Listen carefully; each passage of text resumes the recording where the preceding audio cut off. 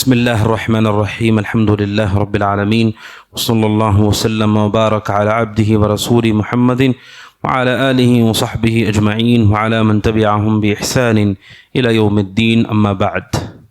سورۃ الانبیاء آیت نمبر 87 اور 88 میں اللہ سبحانہ وتعالی نے حضرت یونس علیہ السلام کا ذکر کیا ہے اور ان کے ساتھ پیش آنے والی ایک اہم واقعے کا تذکرہ کیا ہے۔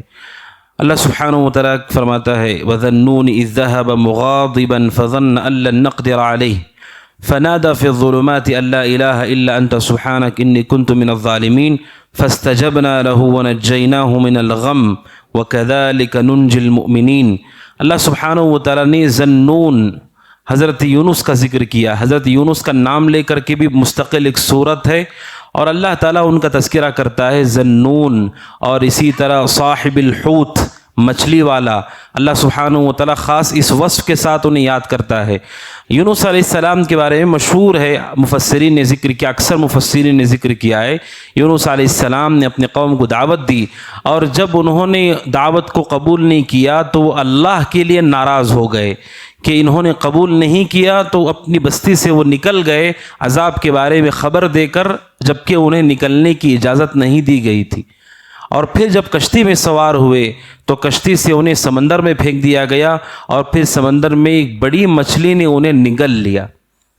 یہ واقعہ ایک نبی کے ساتھ پیش آیا۔ اس میں اللہ سبحانہ وتعالیٰ نے ذکر کیا ہے کہ آزمائشیں انبیاء پر بھی آئی ہیں اور بڑی سخت آزمائشیں ان پر آئی ہیں کہ وہ اپنے قوم سے نکل گئے۔ اس آیت میں اللہ نے ذکر کیا ہے کہ اذ ذهب مغاضبا، وہ ناراض ہو کر غضبناک حالت میں چلے گئے، فظن ان لن نقدر علیہ، اور انہیں یہ گمان تھا کہ اللہ تعالیٰ اس پر پکڑ نہیں کرے گا، لیکن ایسا نہیں ہوا۔ یونس علیہ السلام کو آزمائش میں ڈالا گیا اور آزمائش بھی بڑی شدید تھی کہ سمندر میں وہ سوار ہوئے کشتی پر، اور کشتی سے انہیں سمندر میں پھینک دیا گیا اور سمندر میں ایک مچھلی نے انہیں نگل لیا۔ یونس علیہ السلام کے بارے میں اللہ سبحانہ وتعالیٰ کہتا ہے کہ فنادى فی الظلمات، یونس علیہ السلام جب اندھیروں میں چلے گئے، ایک اندھیرا نہیں تھا، اندھیروں میں چلے گئے۔ ظلمات کہتے کئی تاریکیوں کو، ایک تاریکی تو سمندر کی تھی، ایک تاریکی مچھلی کی، اور ایک تاریکی رات، تین تاریکیاں اور تین اندھیرے، اور وہ مچھلی کے پیٹ میں ہیں اور وہ زندہ ہیں۔ اللہ سبحانہ وتعالیٰ کو وہ پکارتے ہیں، کیا کہتے ہیں؟ فنادى في الظلمات ان لا الہ الا انت سبحانک انی کنت من الظالمین۔ یونس علیہ السلام کی یہ دعا ہے جو انہوں نے ایک ایسی جگہ پر کی ہے کہ دنیا میں کسی نے اس جگہ پر یہ دعا نہیں کی ہے، یہ صرف ان کے حصے میں آیا کہ انہوں نے ایسی جگہ پر اللہ سے دعا کی، ایک تو سمندر کی گہرائی اور اندھیری رات اور مچھلی کے پیٹ میں انہوں نے اللہ سے دعا کی۔ اور اس دعا کی بڑی عظمت ہے، بڑی فضیلت ہے اس دعا کی، کیونکہ اس دعا کے بارے میں اللہ بھی خوشخبری دیتا ہے اور رسول نے بھی اس دعا کے بارے میں خوشخبری دی ہے۔ اللہ سبحانہ وتعالیٰ کہتا ہے فاستجبنا لہ، ہم نے یونس کی دعا کو قبول کر لیا، ونجیناہ من الغم، اور غم سے ہم نے انہیں نجات دے دی۔ اور آخر میں اللہ کہتا ہے سورۃ الانبیاء آیت نمبر 88 میں وَكَذَٰلِكَ نُنجِي الْمُؤْمِنِينَ، اور اسی طرح ہم مومنوں کو نجات دیں گے، اسی طرح ہم مومنوں کو نجات دیتے ہیں۔ یعنی صرف یونس کے ساتھ خاص نہیں علیہ السلام، بلکہ جو بھی اس طرح مخلص ہو کر کے مصیبت میں اللہ کو پکارے گا، ایسے اللہ تبارک و تعالیٰ اسے بھی نجات دے گا جیسے اللہ نے یونس کو نجات دی علیہ السلام۔ یہ بڑی عظیم دعا ہے جو یونس علیہ السلام نے کی ہے۔ ہر مومن کو غور کرنا چاہیے کہ اتنی بڑی مصیبت میں وہ تھے اور اتنی بڑی مصیبت سے وہ کیسے باہر نکلے۔ مصیبتیں دنیا میں الگ الگ طرح کی ہوتی ہیں۔ بعض مصیبتیں وہ ہیں جو موت کی مصیبت ہے، یعنی آدمی زندہ واپس لوٹے گا اسے امید نہیں ہوتی، ایک مصیبت ایسی ہوتی ہے۔ اکثر مصیبتیں ایسی نہیں ہوتی انسانوں کی، لیکن بسا اوقات ایسی مصیبت بھی آتی ہے کہ اسے لگتا ہے کہ ہمیں زندہ واپس نہیں آؤں گا۔ اتنی بڑی مصیبت جو مصیبت کی انتہا ہے، سب سے بڑی مصیبت کیا ہوتی ہے آدمی پر کہ اسے لگے کہ میری جان چلی جائے گی، اب میں بچوں گا نہیں. یہ سب سے بڑی مصیبت ہوتی ہے. اتنی بڑی مصیبت سے اللہ نے انہیں نجات دی اور باہر نکالا, اور اللہ سبحانہ و تعالی دوبارہ ان کی قوم کے پاس انہیں واپس بھیجا. کیا سبب ہے؟ یہ دعا ہے جو یونس نے کی, جس کو اللہ نے پسند کیا اور فوراً اسے قبول بھی کیا اور انہیں نجات دی. کیا دعا تھی یونس علیہ السلام کی؟ سب سے پہلے انہوں نے کہا اللہ الہ الا انت. سب سے پہلے انہوں نے کلمہ توحید کا اقرار کیا, اللہ الہ الا انت, کہ تیرے علاوہ کوئی سچا معبود نہیں ہے. سب سے پہلے توحید کا اعتراف.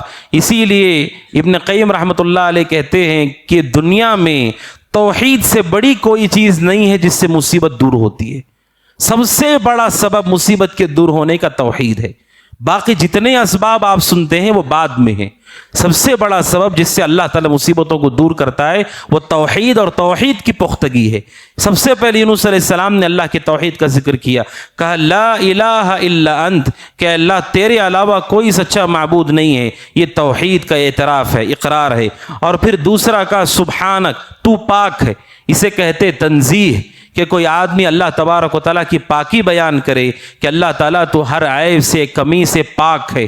اور یہ اللہ کو خوش کرنے کا بہت بہترین راستہ ہے کہ کوئی آدمی اللہ سبحانہ و تعالیٰ کی خوبیاں بیان کرے. اور خوبیوں میں ایک بڑی خوبی, عظیم خوبی ہے اللہ سبحانہ و تعالیٰ کی ذات کی, کہ وہ ہر عیب سے پاک ہے. اور یہ صرف اللہ کے ساتھ خاص ہے. کچھ خوبیاں ایسی ہیں جو مشترک ہو سکتی ہیں, لیکن ہر عیب سے پاک ہونا یہ صرف اللہ سبحانہ و تعالیٰ کے لیے. دنیا میں کوئی ایسا نہیں, یا مخلوقات میں ایک بھی ایسی مخلوق نہیں ہے جسے تنزیہ کیا جا سکے مطلقاً کہ ہر عیب سے تو پاک ہے. حتیٰ کہ رسول بھی نہیں. رسول کو کہ لوگ کہتے رسول پاک نے فرمایا. اگر کوئی آدمی اس معنی میں پاک کہتا ہے جو اللہ سبحانہ و تعالیٰ کے لیے ہے تو یہ شرک ہے اللہ کے ساتھ. رسول پاک کہ اللہ کے نبی علیہ الصلوۃ والسلام ہر چیز سے پاک ہے, یہ صرف اللہ کی خوبی ہے کہ وہ ہر عیب سے پاک ہے. آپ سوچئے انسان کی جو فطری ضرورتیں ہیں وہ بھی اصل میں کمی ہیں. جیسے انسان سو جاتا ہے, یہ انسان کی کمی اور کمزوری کی علامت ہے. کتنے سے بڑا طاقتور آدمی ہو, رات کا آخری پہر آتے آتے اس کا سر جھک جاتا ہے, یہ عیب ہے اس کے اندر. اللہ نے ایسے ہی اسے پیدا کیا ہے. کتنا بھی آدمی کھا لے, کتنا لذت دار کھانا وہ کھائے, کچھ گھنٹے گزرنے کے بعد دوبارہ اسے بھوک لگتی ہے. ایسا ممکن نہیں ہے ایک دن ہم نے بہت اچھا کھا لیا تو کئی دن کھانے کی ضرورت ہی نہیں ہے. یہ عیب ہے انسانوں کا. شہوتوں کا بھی ایسے ہی معاملہ ہے. اس کی ضرورت پوری ہو گئی, خواہش پوری ہو گئی, پھر دوبارہ خواہش پیدا ہوتی ہے. ایسا نہیں کہ خواہش پیدا ہو گئی, پوری ہو گئی, اب زندگی بھر میرے اندر خواہش پیدا نہیں ہوگی. ایسا نہیں ہے. یہ انسانوں کے اندر کمیاں ہیں, سب کے اندر یہ کمی ہے. اللہ سبحانہ و تعالیٰ اس سے پاک ہے. یونس علیہ السلام نے اللہ کے اس وصف کو بیان کیا, سبحانک, کہ اللہ تو پاک ہے, ہر عیب سے, ہر کمی سے تو پاک ہے. اور تیسرا کہا انی کنت من الظالمین, بے شک میں ظالموں میں سے ہوں.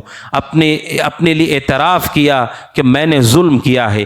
اب اس پر آپ غور کیجئے کہ یونس علیہ السلام نے اللہ سبحانہ و تعالیٰ سے صاف لفظوں میں نہیں کہا کہ تو مجھے معاف کر دے, یہ بھی نہیں کہا کہ تم مجھے اس جگہ سے نکال دے, نہ یہ کہا کہ مجھے مچھلی کے پیٹ سے نکال, نہ یہ کہا کہ اللہ تو مجھے معاف کر دے, بلکہ کیا کہا انی کنت من الظالمین, بے شک میں ظالموں میں سے ہوں. اللہ سے معافی مانگنے کا ایک طریقہ یہ ہے کہ مومن اپنی غلطی کا کھل کر اعتراف کرے کہ ہاں میں نے غلطی کی ہے اور میں ہی ظالم ہوں اور میں نے ہی برا کیا ہے. آدم علیہ السلام کی دعا کیا ہے؟ ربنا ظلمنا انفسنا, اے ہمارے رب ہم نے اپنے آپ پر ظلم کیا ہے, وَإِن لَّمْ تَغْفِرْ لَنَا, اگر تو معاف نہیں کرے گا, وَتَرْحَمْنَا, رحم نہیں کرے گا, تو ہم خسارہ اٹھانے والوں میں سے ہو جائیں گے.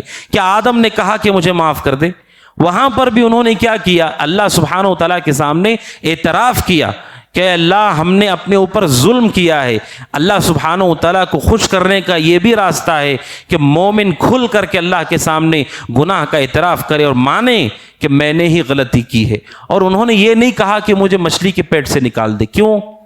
یونس علیہ السلام نے کہا کہ میں ظالموں میں سے ہوں.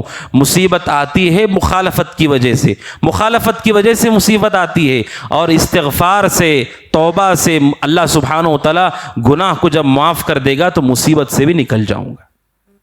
یونس علیہ السلام کو آپ دیکھیے کیسا یہ علم ہے ان کا، انی کنت من الظالمین، میں ظالموں میں سے ہوں، اللہ سے انہوں نے مغفرت طلب کر لی، کیونکہ اللہ اگر معاف کر دے گا، چونکہ مصیبت گناہ کی وجہ سے آتی ہے، اور اللہ اگر معاف کر دے تو پھر مصیبت بھی ختم ہو جائے گی، اس لیے انہوں نے کہا انی کنت من الظالمین، اے اللہ بے شک میں ظالموں میں سے ہوں۔ جب انہوں نے اللہ کو پکارا اور یہ تین چیزیں ان کی دعا کے اندر تھیں، اللہ سبحانہ و تعالیٰ نے اسے قبول کر لیا۔ اسی لیے اہل علم کہتے ہیں جو یہ چاہتا ہے کہ اللہ سبحانہ و تعالیٰ اس کی دعا کو قبول کرے، اس دعا کے اندر یہ تین چیزیں ہونی چاہیے۔ ایک یہ کہ اللہ سبحانہ و تعالیٰ کی توحید کو وہ ذکر کرے، اور دوسرا یہ کہ وہ اپنی غلطی کا اعتراف کرے، اور تیسرا یہ کہ وہ اللہ سبحانہ و تعالیٰ کی تنزیہ اور پاکی بیان کرے۔ یہ تین چیزیں جب دعا کے اندر ہوتی ہیں، دعا مؤثر ہوتی ہے۔ اللہ سے دعا کرنے کا ایک ادب ہے، انبیاء کی دعاؤں سے ہمیں سیکھنے کو ملتا ہے کہ کیسے اللہ کو پکارا جاتا ہے،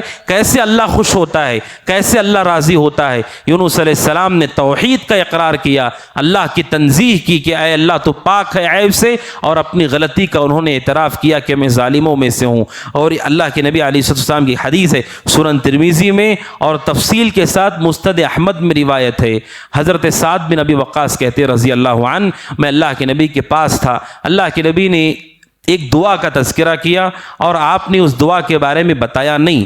اچانک ایک دیہاتی اللہ کے نبی علیہ السلام کے پاس آئے اور اللہ کے نبی سے گفتگو کرنے لگے، اللہ کے نبی اس گفتگو میں مشغول ہو گئے۔ پھر جب وہ دیہاتی کا معاملہ پورا ہو گیا، اللہ کے نبی اس مجلس سے اٹھ کر کے چلنے لگے، اور حضرت سعد کہتے رضی اللہ عنہ میں بھی اللہ کے نبی کے پیچھے چلنے لگا۔ اللہ کے نبی کے چلنے کا انداز ایسا ہوتا تھا کہ آپ تیز چلتے تھے، آپ آہستگی سے نہیں چلتے تھے، آپ کے چلنے میں کمزوری ظاہر نہیں ہوتی تھی، آپ جتنی عمر تک باحیات رہے آپ کے چلنے میں قوت اور نشاط ظاہر ہوتی تھی۔ اللہ کے نبی چلنے لگے، حضرت سعد کہتے ہیں مجھے ڈر لگا کہ کہیں ایسا نہ ہو کہ میں رسول کو مل نہ پاؤں اور آپ اپنے گھر میں چلے جائیں۔ اور ایک بڑا مسئلہ یہ تھا اب رسول کو کیسے میں پکاروں، رسول آگے جا رہے ہیں اور میں پیچھے ہوں۔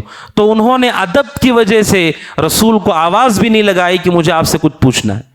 اب ان کے دل میں یہ بات بھی ہے کہ رسول نے ایک دعا کا تذکرہ کیا، بتایا نہیں وہ کون سی دعا ہے۔ کہتے ہیں حضرت سعد بن ابی وقاص میں اللہ کے نبی کے پیچھے زور زور سے پیر پٹک کے چلنے لگا، زور زور سے زمین پہ پیر مارنے لگا۔ اللہ کے نبی نے جب سنا تو آپ نے میری طرف دیکھا اور آپ نے کہا کون ہے ابو اسحاق؟ تو انہوں نے کہا اے اللہ کے نبی میں ہوں۔ آپ نے کہا کیا ماجرا ہے تمہارا، کیا مسئلہ ہے تمہارا؟ اللہ کے نبی سے انہوں نے کہا اللہ کے نبی آپ نے گفتگو کی ابتدا میں ایک دعا کا تذکرہ کیا تھا اور پھر آپ نے اس دعا کے بارے میں ہمیں نہیں بتایا۔ اللہ کے نبی علیہ السلام نے کہا اللہ کے نبی وہ دیہاتی آ گئے، آپ مشغول ہو گئے، آپ نے اس بارے میں نہیں بتایا۔ آپ نے کہا نعم ہاں میں نے وہ دعا تمہیں نہیں بتائی تھی، میں تمہیں بتاتا ہوں وہ دعا کیا ہے۔ آپ نے کہا دعوت ذی النون اذ هو فی بطن الحوت، آپ نے کہا وہ دعا یونس کی دعا ہے علیہ السلام، جب وہ مچھلی کے پیٹ میں تھے، جب انہوں نے کہا لا الہ الا انت سبحانک انی کنت من الظالمین، یہی وہ دعا ہے جو تمہیں بتانے والا تھا میں۔ اور آگے اللہ کے نبی نے کہا فإنه لم يدعو بها مسلم فی شیء قط الا استجاب اللہ لہ، آپ نے کہا کوئی بھی مسلمان چاہے مرد ہو کہ عورت ہو کسی بھی مسئلے میں، فی شیء قط کسی بھی معاملے میں، کسی بھی پریشانی میں جو آدمی یونس کی دعا پڑھے گا الا استجاب اللہ لہ، اللہ اس کی دعا کو قبول کر لے گا۔ یہ اللہ کے نبی نے فضیلت سنائی، بشارت سنائی۔ جیسے اللہ نے کہا کذالک ننجی المؤمنین، رسول نے بھی کہا جو بھی مسلمان مرد اور عورت اپنی کسی بھی پریشانی کسی بھی مسئلے میں یونس کی دعا لا الہ الا انت سبحانک انی کنت من الظالمین یہ پڑھتے ہیں اور دعا کرتے ہیں، اللہ تبارک و تعالیٰ ان کی دعا کو قبول کرتا ہے۔ حضرت سعد بن ابی وقاص رضی اللہ عنہ نے اس حدیث کو رسول سے پوچھ کر کے ایک بہت بڑا احسان امت پہ کیا اور آگے انہوں نے اسے منتقل بھی کیا۔ دعا کرنے کا کیا طریقہ ہے؟